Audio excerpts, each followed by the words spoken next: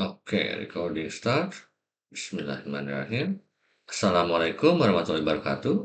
Perkenalkan, nama saya adalah Rizky Aditya Surya Pratama atau biasa disingkat SP, SSIMT. Di video kali ini yaitu untuk mata kuliah Teknologi Minyak dan Lemak atau TML ini, pertemuan keempat. Saya akan membahas mengenai proses pengambilan lemak dari hewan. Kalau sebelumnya itu adalah proses pengambilan atau ekstraksi minyak dari tumbuhan, yang di video kali ini saya fokusnya adalah pengambilan lemak dari hewannya itu. Oke, jadi bisa dibilang ini adalah kelanjutan dari video yang sebelumnya. Sebelum kita mulai ke materinya, saya akan berikan bukan materi sih, video insight atau video informasi tersendiri mengenai the truth about fats and nutrition. Jadi ini adalah fakta mengenai lemak dan juga nutrisi. Ini cukup menarik ya. Jadi sumbernya dari SciShow YouTube channel yang isinya adalah tentang ya ini, fakta terhadap lemak dan nutrisi yang dibutuhkan oleh tubuh kita. Oke, supaya tidak lama mari kita tonton saja dulu ya. We don't talk a lot about dietary science here on SciShow because frankly it can seem like a hype factory designed more to generate clicks than to generate understanding. People want to hear what to eat and what not to eat in order to be healthy. The problem with that is that it's complicated. It's too complicated to fit into a headline. Eating lots of fat will make you unhealthy, but so will eating lots of anything. Studies show that cutting fat intake is useless when attempting to help people lose weight if those calories are replaced by something else, which they tend to be. Now, fat is relatively straightforward chemically, but it's boggled dietary scientists and especially journalists writing about it for decades. But the basics of what we understand aren't that complicated. So let's get to the heart of fat.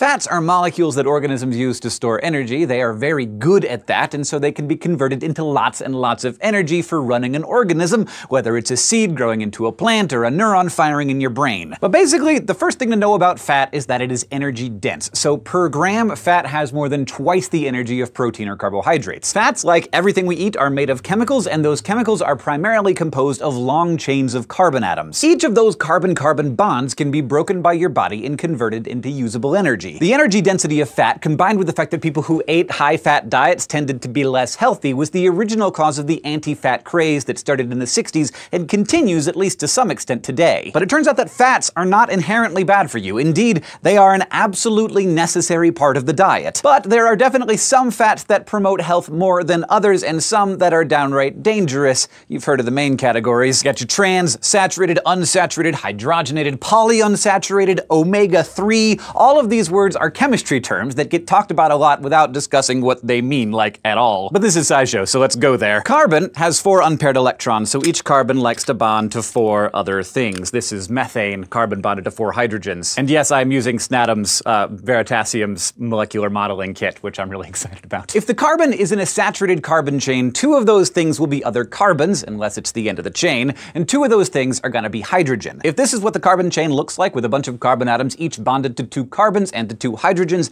that is a saturated fat, which tend to be solid and are mostly made by animals, though also coconuts. The thing that saturated fats are saturated with is hydrogen. Every carbon is bonded to 2 of them, except for the last, which is bonded to 3. And unsaturated fats are not saturated. They have fewer hydrogens. How? Well, they've got at least 1 double bond between 2 carbons in the chain. Each double bond means 2 fewer hydrogens. So unsaturated fats don't have as many hydrogens as they could have per carbon atom. And this is not as minor a change as it might sound. Single bonds can rotate around their axis no problem, but double bonds lock a structure into place. And that double bond can either lock the chain into a kink or lock it straight. In nature, a double bond in a fat chain almost always locks it into a kink. This prevents the fat molecules from stacking into lattices, making them more likely to be liquid at room temperature. So unsaturated fats tend to be liquid, making them oils, and come mostly from plants and fish. The kinked configuration is called the cis isomer, and the straight one is the trans isomer. The word isomer just means that the molecules have the same chemical formula but are different shapes. And the different shapes matter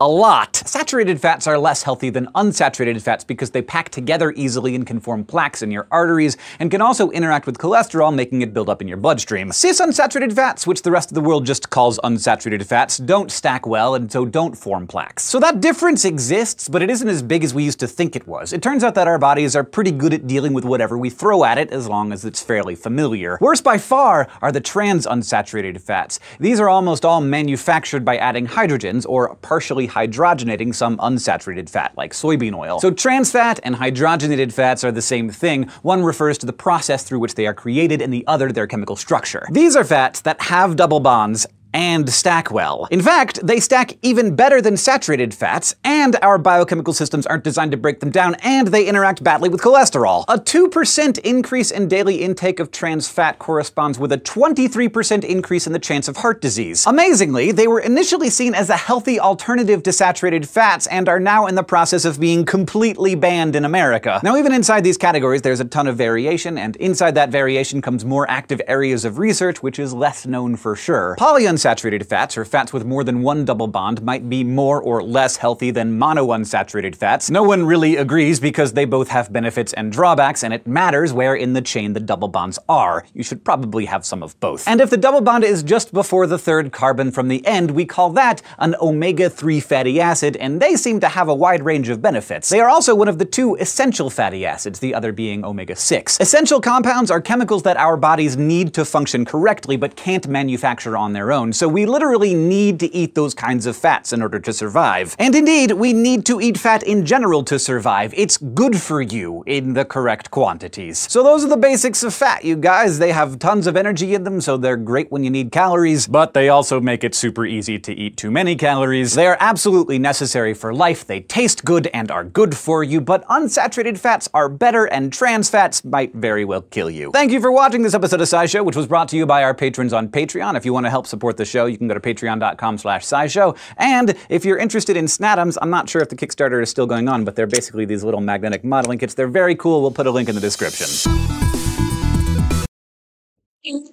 Bagaimana? Videonya cukup menarik kan? Dan disampaikan secara interaktif, dan juga ya model molekulnya itu menarik juga pakai magnet-magnet gitu ya. Tapi intinya berikut itu adalah tadi dijelaskan fakta mengenai pentingnya lemak dan juga nutrisi terhadap tubuh kita. Ya betul, lemak itu dibutuhkan oleh tubuh kita, tapi tergantung dari jenis lemaknya dan juga kuantitas lemaknya. Itu kira-kira inti dari video oleh SciShow tadi ya. We don't talk a lot.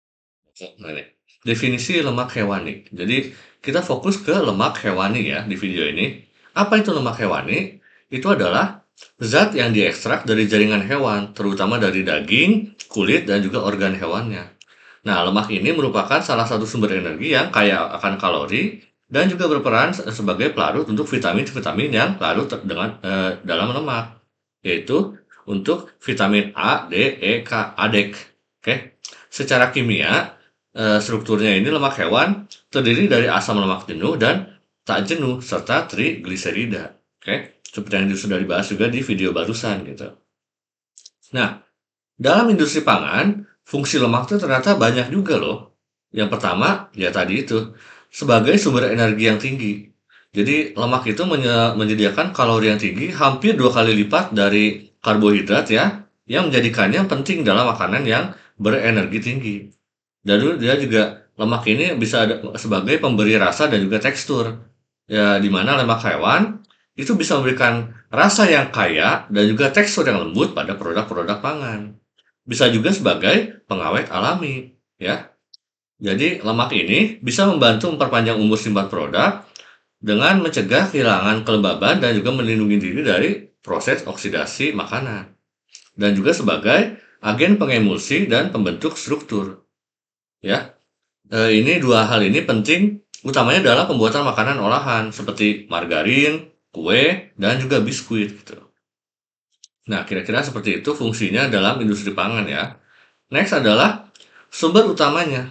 Jadi lemak hewan itu ada 4 sumber utama, yaitu daging sapi atau beef tallow ya. Itu adalah lemak sapi yang biasanya diambil dari jaringan subkutan dan juga jaringan adiposa di sekitar organnya. Lalu ada juga dari lard atau pig lard dari babi ya. Ini adalah lemak babi yang biasanya diambil dari bagian perut dan bagian belakang babinya. Lalu dari ayam, lemak ayam ini biasanya digunakan sebagai minyak dan diekstraksi dari kulit dan jaringan adiposa ayam. Terakhir adalah lemak ikan, khususnya dari ikan laut dalam, yang mengandung asam lemak omega 3 dan juga sering diekstraksi sebagai minyak ikan gitu. Next adalah, nah ini adalah Utamanya ya, saya bagi menjadi 4 slide. Metode ekstraksi dari lemak hewannya ada 4. Pertama dari menggunakan metode rendering atau penggorengan baik itu basah dan juga kering. Jadi rendering ini adalah suatu metode ekstraksi lemak dengan cara memanaskan jaringan hewan sampai lemaknya mencair dan bisa dipisahkan. Lemak yang dihasilkan kemudian dapat digunakan langsung atau bisa juga diproses lebih lanjut lagi gitu. Nah, ini ada 2 ya, saya bagi menjadi penggorengan basah, di mana di penggorengan basah ini, lemak ini akan diekstraksi dengan menambahkan air ke dalam bahan baku, kemudian dipanaskan. Air ini kemudian bisa membantu mengurangi oksidasi selama proses ini, sehingga lemak yang dihasilkan itu akan lebih stabil. Sedangkan untuk penggorengan kering, di sini si jaringan hewan tuh dipanaskan tapi nggak pakai air, jadi tanpa tambahan air gitu.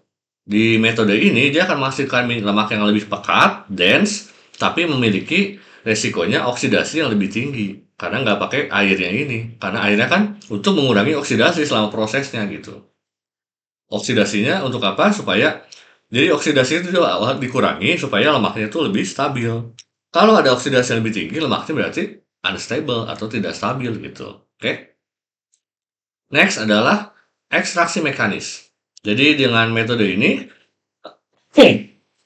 dilakukan pengepresan dengan alat seperti hydraulic press atau screw press yang digunakan untuk menekan jaringan hewan dan mengeluarkan lemaknya. Jadi press gitu si lemak hewannya supaya dia bisa mengeluarkan lemaknya gitu. Nah, kelebihannya ini prosesnya lebih sederhana dan juga lebih ramah lingkungan karena tidak menggunakan bahan kimia. Ini juga metode ini lebih mudah diaplikasikan untuk berbagai jenis jaringan yang lemak hewan. Tapi kekurangan juga ada, di mana hasil lemaknya itu yang diperoleh itu biasanya lebih sedikit dibandingkan metode lain karena dipres begitu saja, ya ampasnya itu lebih banyak gitu, dibandingkan dengan menggunakan metode lain gitu. Akibatnya, lalu untuk kualitas lemaknya juga mungkin kurang optimal karena masih ada sisa jaringan dalam produk akhir, yaitu belum terlalu pure, purity-nya masih kurang gitu. Karena ya benar-benar hanya dari mekanis saja, di-press gitu kan.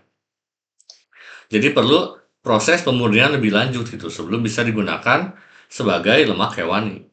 Oke. Yang ketiga adalah ekstraksi solvent. Nah, ini biasanya digunakan dalam industri. Misalnya solvent seperti heksana dan etanol yang digunakan kenapa? Karena efektivitasnya dalam melarutkan lemak. Jadi, si heksana dan etanol ini efektif dalam melarutkan lemak sehingga bisa diekstraksi gitu lemak hewaninya. Prosesnya kira-kira seperti ini. Jadi si bahan baku lemak ini dicampur dengan pelarut yang dapat melarutkan lemak. Apakah itu heksana atau etanol?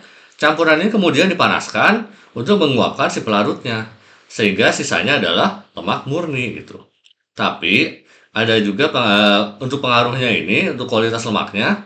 Yang pertama, metode ini memang betul bisa menghasilkan lemak dengan purity atau kemurnian yang tinggi. Tapi ada juga ada sisa residu pelarut yang bisa mempengaruhi kualitas dan juga keamanan produk. Dalam food safety itu kurang. Kenapa? Ya ada sisa heksana atau etanol gitu. Kalau tidak ditangani dengan benar. Jadi untuk amannya memang harus ada ini harus ada proses pemurnian lebih lanjut supaya si sisa-sisa pelarut itu bisa dihilangkan gitu. Sehingga aman untuk dikonsumsi.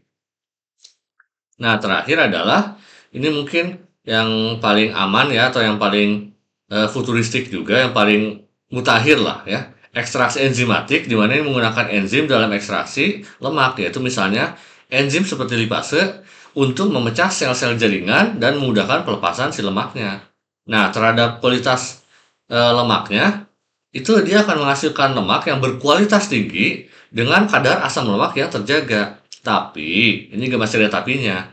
Prosesnya memang lebih selektif dan ramah lingkungan, ini juga keuntungan. Tapi biaya enzimnya itu biasanya itu lebih mahal dibanding 3 metode yang lainnya. Jadi memang paling bagus, tapi ya paling mahal juga dari segi cost, ini yang paling kurang diminati gitu. Kira-kira seperti itu. Berbagai metode untuk ekstraksi lemak dari hewan ya, yang merupakan inti dari video materi kali ini. Oke, terima kasih banyak sudah menonton video ini sampai akhir. Jangan lupa klik like, subscribe, dan juga komen ya untuk video ini. Wassalamualaikum warahmatullahi wabarakatuh.